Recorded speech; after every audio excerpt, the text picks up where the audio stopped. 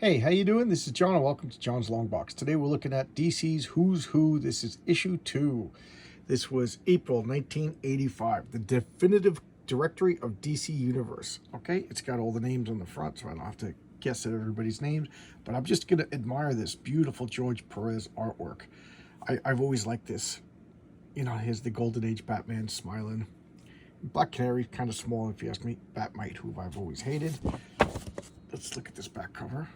It's just gorgeous. Look at all that. This guy's checking out Beautiful Dreamer's legs. This guy's checking out Beautiful Dreamer's butt. Who's in the back there? I can't even tell. Like I said before, I'm not super familiar with the obscure DC characters like I am with Marvel. I have Big Barter over here. All right, so let's open it up and check it out.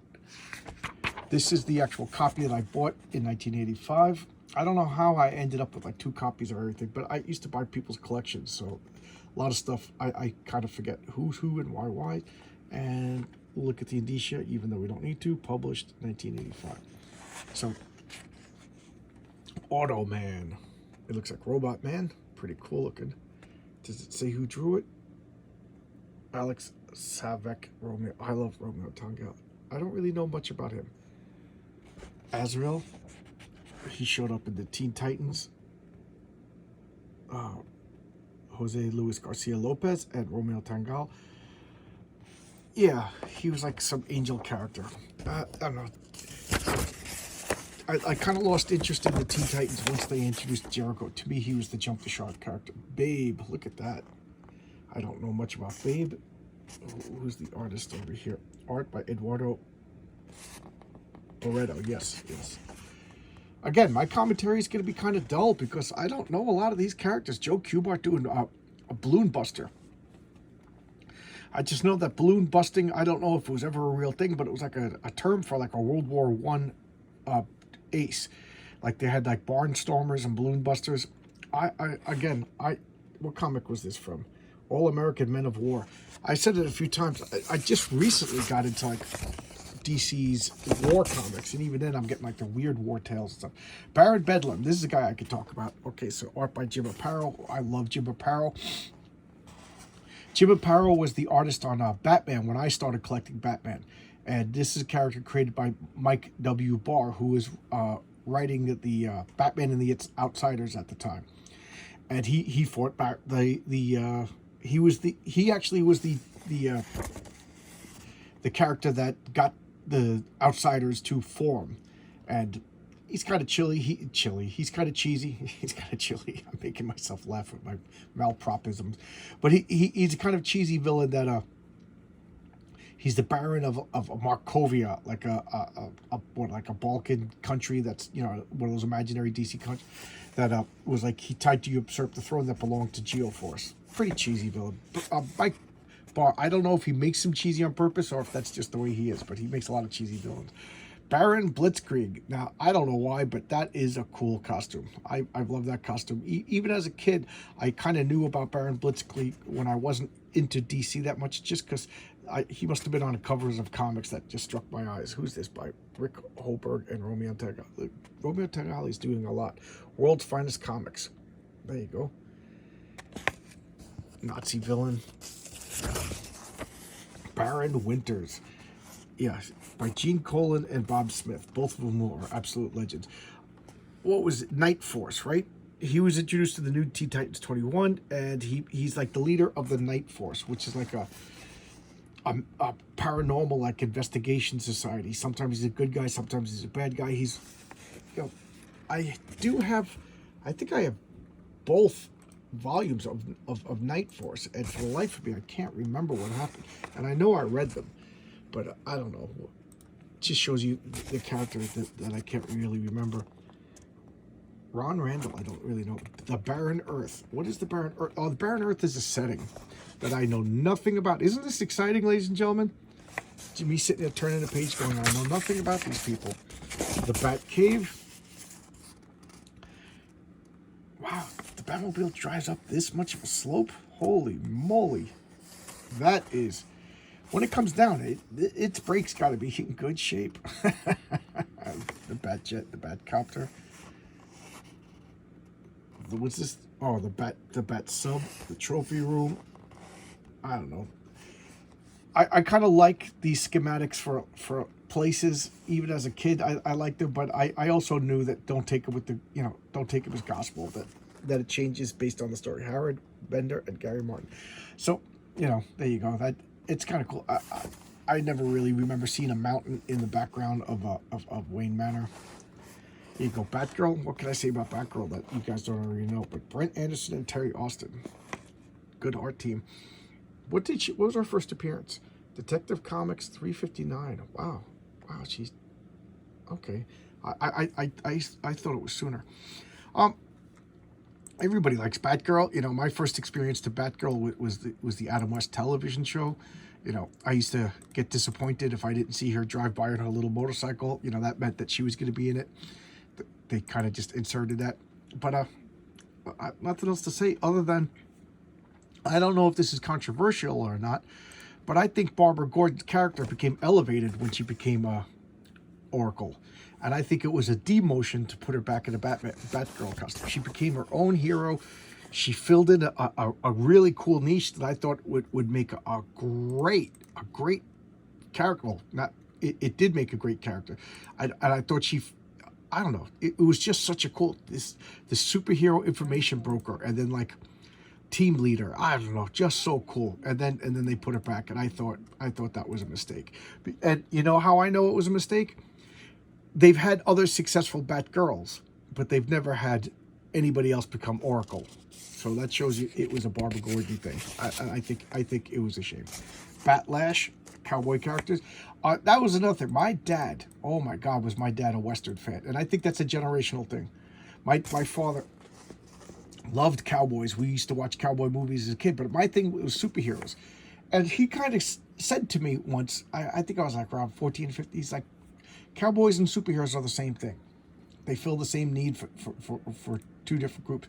They're the rugged, strong individual that solves problems by violence. That's what superheroes do. That's what the legendary, the romanticized cowboy does.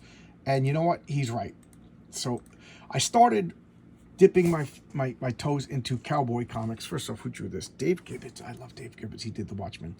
And I got to say, I'm enjoying them more than I thought. So, if anybody has any recommendations for good cowboy comics, please let me know. I don't know anything about them. I know more about Westerns. I know more about monsters comics than I do Bat comics, because Batman's next page, and Batlash, than I do about Western comics. So yeah, I would like to get more Western. I've been doing. I'm the past 5 years. It's 7 years now, because I stopped collecting Marvel and DC in 2015. So ever since then, I've been branching out, and I say like laterally, because I'll get like stuff that's coming out now that's not typical genres that I usually like. Like I'm getting more sword and sorcery, crime, things like that, because Marvel and DC is mostly superheroes, and most of the superhero stuff that's not Marvel and DC is not that good. Image used to be a good superhero company, but not anymore, with the exceptions of like the Robert Kirkman stuff. And I don't know why, but I kind of fell out of love with Spawn. I think I got like 1 to 100, and that was about it. Anyway, I'm rambling. So now we're getting into, this is the original Batman, the Golden Age Batman, who kind of smiles. Who drew this? Dave Gibbons again. Wow. I like Golden Age Batman. I like Golden Age Batman a lot. I don't really like Silver Age Batman. It became like hokey and goofy. And to me, in my mind, okay, let's see. When I started collecting comics, it was the Bronze Age. But Marvel went into the Bronze Age first, meaning like more realistic, more taking things seriously. Whereas DC was still in the Silver Age, which to me was like goofy and hokey. And that's what DC became to me until 1985, when the Crisis kind of pulled it out. So I remember like Wonder Woman still had like, she was fighting like pink elephants and goofy stuff like that. Whereas, the Teen Titans to me like went into the Bronze Age first, and the Legion of Superheroes went into the Bronze Age first. Now keep in mind, this is just my thoughts. This is gospel. So, and I'm admitting in saying this that I was wrong. Now, later on, when I started to get my own money, when I started to get jobs, I would buy like Golden Age stuff that I would find in like in yard sales and dollar bins. And I started to really like Golden Age comics. I don't have a lot of Golden Age comics, but I really started to like, for those of you who don't know, the Golden Age is like 1938 to like 1950. The Silver Age is like 1950 to like what, 1970? And these are loose terms. Different people will say different age. And then the Bronze Age is like, I'll say like 1970 to 2000. I don't know. And then I don't even know what they call them. I'll say like 2000 to 2015 was like the Iron Age, and now today I'll call it the crap age, the brown age. How's that? I don't know, but I do like the golden. I don't like Silver Age Batman because he's just like hokey, you know. And to me, it was like everything that like the people who didn't like comic books when they made fun of comic books, you know, like goofy, you robots, and you know nobody really dies because it was just a dream, and all that bad. That was the Silver Age, and this is modern Batman. I looked at Dick Giordano. Dick Giordano's just very, to me, he's like just a baseline competent superhero artist that like he's like the divining the standard, the industry standard. Why was that so difficult for me to come up with the set? He's like the industry standard. You know that others should be judged by. We got Dick Giordano, Mike DiCarlo, the Batman utility belt. Look at the back cars. I love this Bat car. I think that is such a cool Bat. I mean, this is the classic one that you see on the Adam West show. This one, it's kind of cool in like a hokey way, but this to me is just a classic Batmobile. And I loved the Batmobile as a kid. I thought it was so cool. But now, me and my friends, we still play role-playing games, and we play a superhero game called Villains and Vigilantes. And whenever they want like a car, you know, they don't make like, you know, like one of my friend's characters was called Magnum.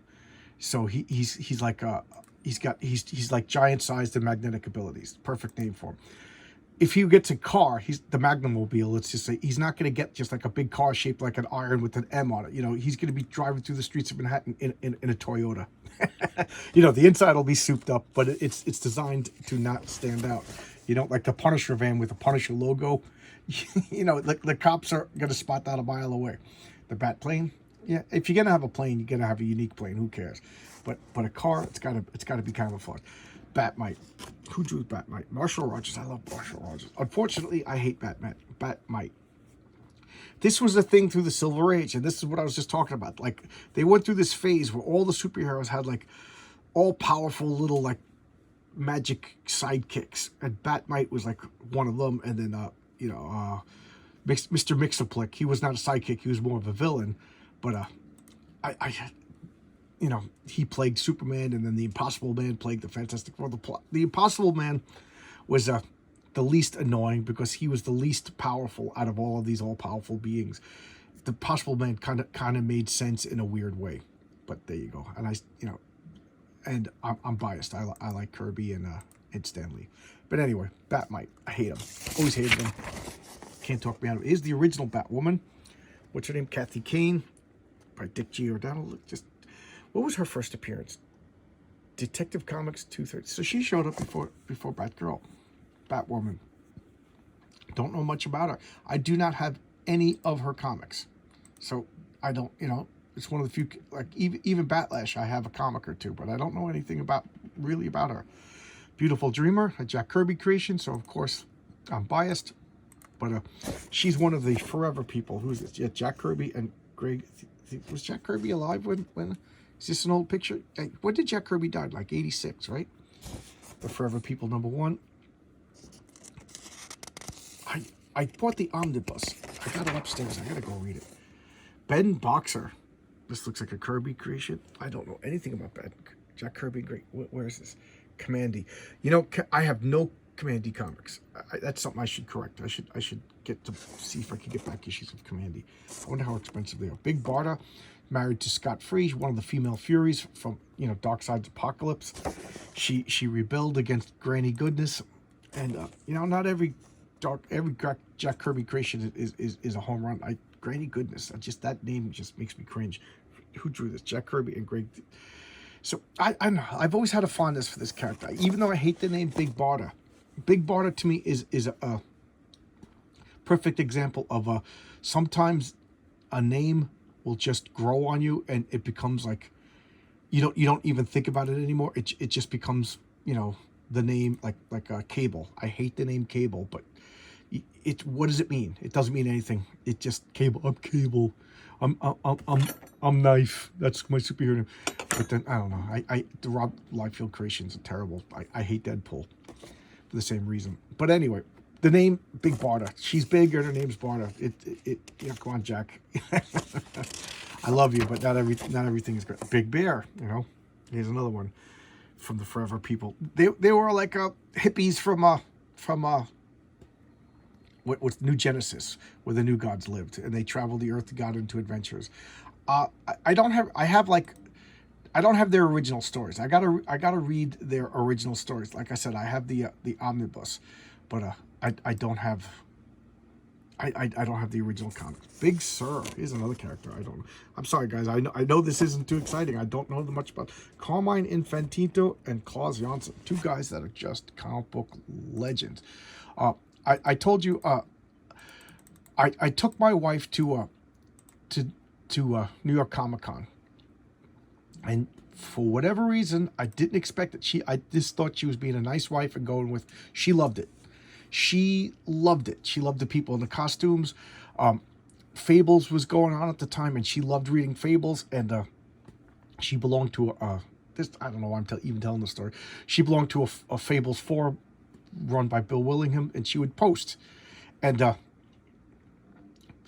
sometimes Mark Buckingham, the artist, would comment or whatever. So we got online to get stuff autographed by Mark Buckingham.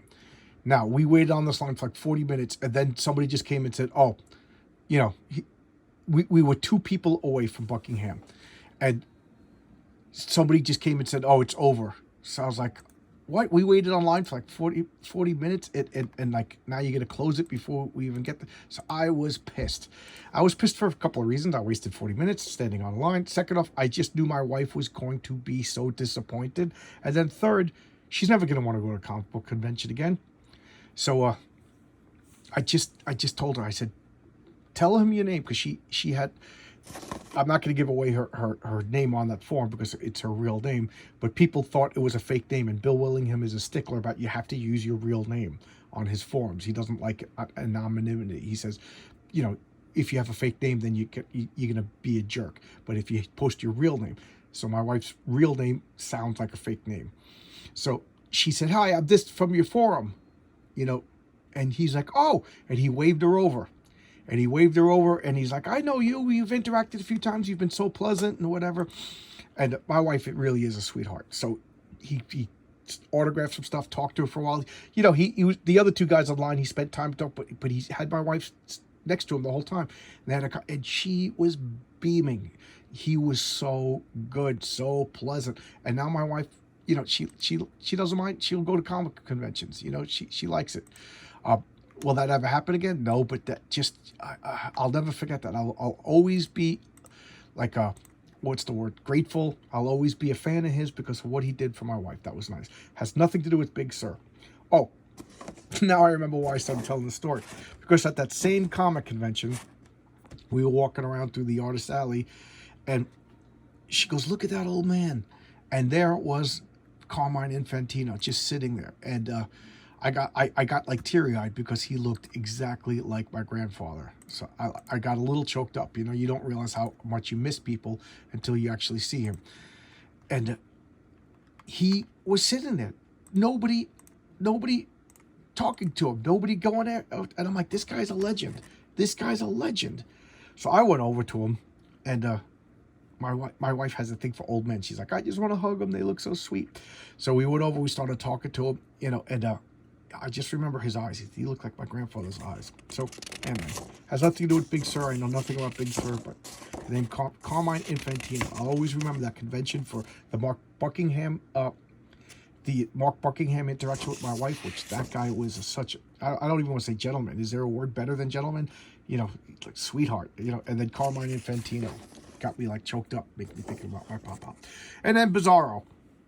I love the concept of Bizarro, but I gotta say I haven't really read too many good Bizarro comics. But I don't know why I just made myself laugh thinking of that movie Role Models, when he offers the kid chicken fingers, and he goes, I no, not Coca-Cola. He goes, I love the concept of Coca-Cola, but I don't like the actuality of Coca-Cola. Something like that. I'm sure I got it wrong, but that's the way I feel about Bizarro. And then Bizarro World, Black Bison, an Indian character I know nothing about. Nothing about. Who drew this? Pat Broderick. I should have recognized it. I love Pat Broderick's artwork. I first discovered him in Marvel Spotlights. Marvel Spotlight #1 featured Captain Marvel, and it had wonderful art by Pat Broderick. And I didn't realize it at the time, but it was a continuation from the Captain Marvel original series by Marvel Comics. And I had to go and buy back issues. Back then, when I was a kid, buying back issues was rough. But I got the Marvel Spotlight because I saw it was a #1. And back then, my friends got it into my head that you got to get #1s of everything. They're important. We didn't even think about money or anything. We just thought they were important. So, I started but Captain Marvel was canceled, but they already had like 3 or 4 issues completed. So they just released it under Marvel Spotlight a little time later, and it finished the story. So I was like thrust into a story that I really liked. The art was phenomenal. So I had to go get the actual Captain Marvel comics because I'm a crazy person. But anyway, it has nothing to do with Black Bison, but I don't know anything about Black Bison. Blackbriar Thorn by Joe Kubert. I know nothing about him. Where's he from? DC Comics, 20th Century Gotham City. So is he a Batman villain? I don't know anything about Blackbriar Thorn other than that's a cool design. He looks like he's made out of wood. Was he like a bad guy druid or something? Oh, there's the demon down there. And he looks like he's out of like a sword and sorcery comic. I don't know. Cool name. Make a Dungeons & Dragons character called Blackbriar Thorn. Wouldn't be the first time I ripped off a comic book character's name. And here's the Golden Age Black Canary and the what do you want to call it? Silver Modern Age Black Canary. Art by Terry Austin. Oh wow, this is just pure Terry Austin. That's cool. I don't know. I like Black Canary. Fine. There's nothing wrong with her. Diana Drake Lance. Diana Laurel Lance. Oh, wow. I didn't realize they had different names. All right. Nothing to say here other than I think she kind of got messed up. Oh, no. She was, when the Crisis on Infinite Earth happens, it became like a Silk Spectre thing. This is the original, and then she's the daughter of the original. But Black Condor, this was, what, a Charlton comic? Not Charlton. What was the other company that Marvel cracked comics? Was a police, I forget, but they became like the freedom fighters with Phantom Lady and everything. But they tend to do that. Like all the Charlton characters that kind of formed a team in DC, and all the I don't know what company that was, Police Comics, they formed a team. I don't know. I always thought that was just a lame costume. Just so bad. Blackfire. This gotta be George Perez. Yeah, George Perez. This is Starfire's sister. The same cruel experiments by the Scions that gave Starfire the ability to have Power Blast gave her Power Blast, but she was born a cripple, meaning she can't fly. So everybody on that planet could harness solar energy and fly except for Blackfire, and so because of that she became resentful and mean, and now she's like the evil usurper to the throne. Black Hand, art by Gil Kane. This is a Green Lantern villain that I know nothing about. Other than that, it's a pretty cool, simple and elegant comic book design. The Blackhawks. My father liked the Blackhawks. Dave Cockrum and Murphy Anderson. They were World War II pilots. And what was his name? Alter ego. Bart Hawk. I think they made his name like a Polish name when Howard Chaykin took over the series and made him look like Howard Chaykin, because that's what everybody's like a self-insert with Howard Chaykin. But I don't think he works too well outside of World War II. World War II and superheroes and these action adventure pilots, it just works so well. And then the Blackhawks, they were like mercenaries or soldiers of fortune or whatever you want, adventurers that worked well in World War II, maybe Korea, and then they kind of don't really work. It is Black Hawk Island. And here's some ads, house ads for DC, and there you go. This is the who's who. I think, bear with me, guys, because I don't really know a lot about these old DC characters like I know about the Marvel characters. So it seems like I'm going to be telling more like personal stories. I hope that's okay with you guys, because I do like doing this. I like, you guys asked for it. I want to do it, but when I can, I'll fill in with knowledge that I know, and when I, stray from that, I'll tell personal stories. Tell me what you like. Do you want me to just keep it shorter, stick to what I know about factual comics, or do you mind the memory lane style? All right, thanks a lot, guys. I appreciate you guys. You guys are so good. I'm working a lot. Just I'm on a job that's just killing me. I got, so I come home and I just take a shower, eat something, and go to bed. It's like I'm living Groundhog Day. Every time I open up my eyes, I'm at work, or on the commuter train. But there you go. All right. So I don't mean to complain. I wasn't complaining. That was just stating the fact. So I'm going to keep trying to keep the videos coming out every day, but maybe every other day. But, I'm off for a couple of days right now, so I'll try to get a bunch pre-recorded. All right, thanks a lot. See you tomorrow. Bye-bye.